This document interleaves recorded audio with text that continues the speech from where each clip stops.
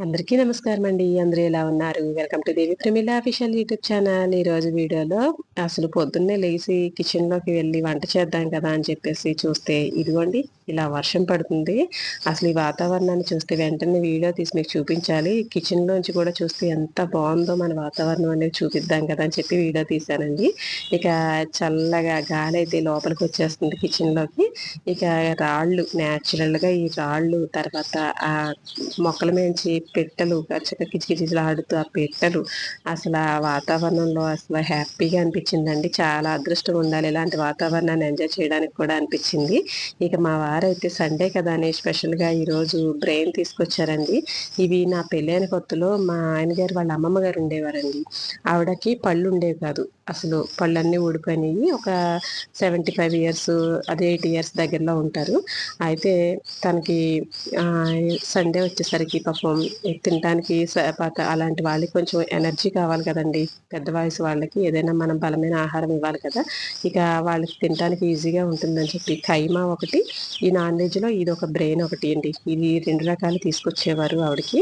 ఇక ఇవి వచ్చేసరికి ఏంటంటే వండడం కూడా చాలా ఈజీ అండి. కాకపోతే కొంచెం తేలిగ్గా జాగ్రత్తగా కదపాలి. లేదంటే స్మాష్ అయిపోతాయి. చక్కగా ఒక గిన్నె తీసుకొని చక్కగా నూనె వేడెక్కిన తర్వాత సన్నగా తరిగిన ఉల్లిపాయ ముక్కలండి.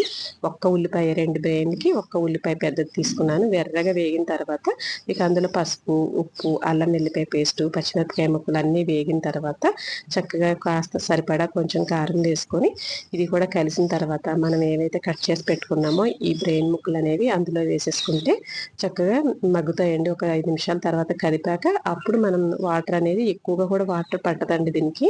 ఒక గ్లాస్ వాటర్ అయితే వేసుకోవాలి.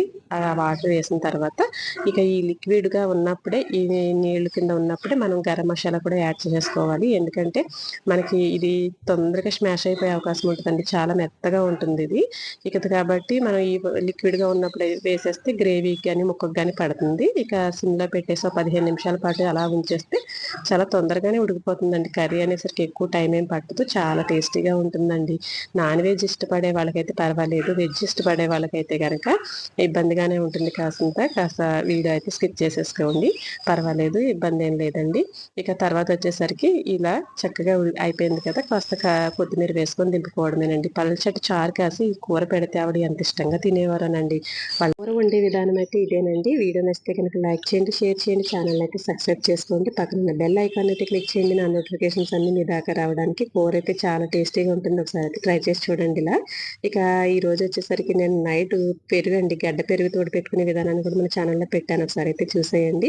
ఇక నైట్ అయితే ఒక 2 స్పూన్ల మెంతులు తీసుకొని ఒక 3 స్పూన్ల పెరుగు వేసేసి అందులో కలిపేసి పక్కన పెట్టేశానండి. ఎర్లీ మార్నింగ్‌కి చక్కగా ఇలా నానిపోయి చూసారు కదా ఎంత చక్కగా ఉన్నాయో.